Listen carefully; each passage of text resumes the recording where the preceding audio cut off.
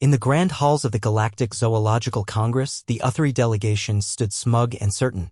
For centuries, they had boasted the deadliest collection of bioengineered predators in known space, the rift panthers of Zal, the iron-beaked varu, the psihounds bred to hunt psionic prey. Their creatures were trophies, living weapons, and status symbols wrapped in fur and scales. When humanity petitioned to join the Congress, the other species had laughed behind polite translator drones. Sure, humans were hardy, a death-world species with a reputation for stubbornness, but their so-called apex predators were, by galactic standards, laughable. An Uthri noble named Vreshvarn took particular pleasure in humiliating the Terran delegation. At the annual Predator exhibition, he strode into the center ring, the psychic leash of his rift panther glinting in the overhead lights. The beast was 3 meters of sleek muscle and diamond-sharp claws, its eyes shimmering with the faint glow of psionic resonance.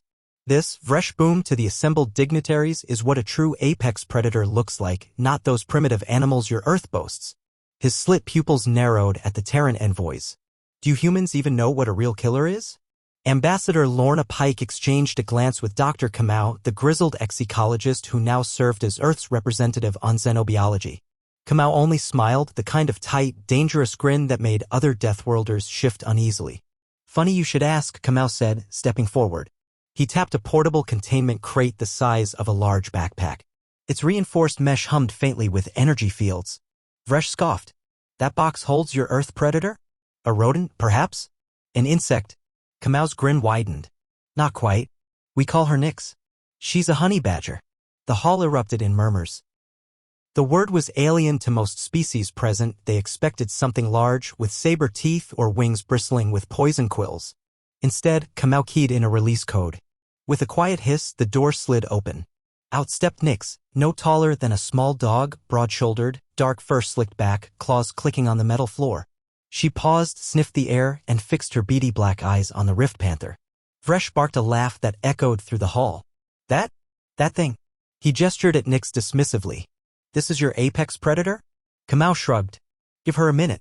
The rift panther lowered its head, hackles rising. It didn't sense fear from Nyx, only a kind of unsettling curiosity. It bared its fangs, tail lashing. Nyx yawned. Then she moved. What followed was a blur of claws and snarls. The rift panther struck first, a swipe that should have split the small mammal in two. But Nyx twisted, clamped her jaws on the big cat's wrist joint, and shredded muscle like paper. The Uthri handlers screamed commands through the psychic leash, but the rift panther was already flailing, its psychic glow flickering wildly under the badger's relentless assault. Nyx didn't care about its size, its strength, or its mind tricks. She locked onto its throat next, burrowing in like a living drill. Fur and blood flew.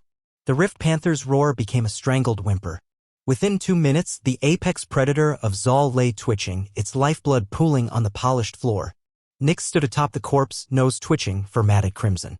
She glanced at Kamau, then ambled back to her crate as if nothing had happened, just another day in the life of the world's most fearless mustelid. The hall was dead silent. Dozens of species stared at the bloodied mess, jaws slack, translator drones glitching. Kamau's voice cut through the hush like a knife. Humans didn't make the honey badger. Nature did. We just respect her enough to let her loose when we need a reminder of what a real death world predator looks like. Vreshvarn's face was pale beneath his scales. His rift panther's carcass twitched as handlers dragged it away for medical revival, but the shame was done. The legend had begun. News of the demonstration spread like wildfire across the galactic net.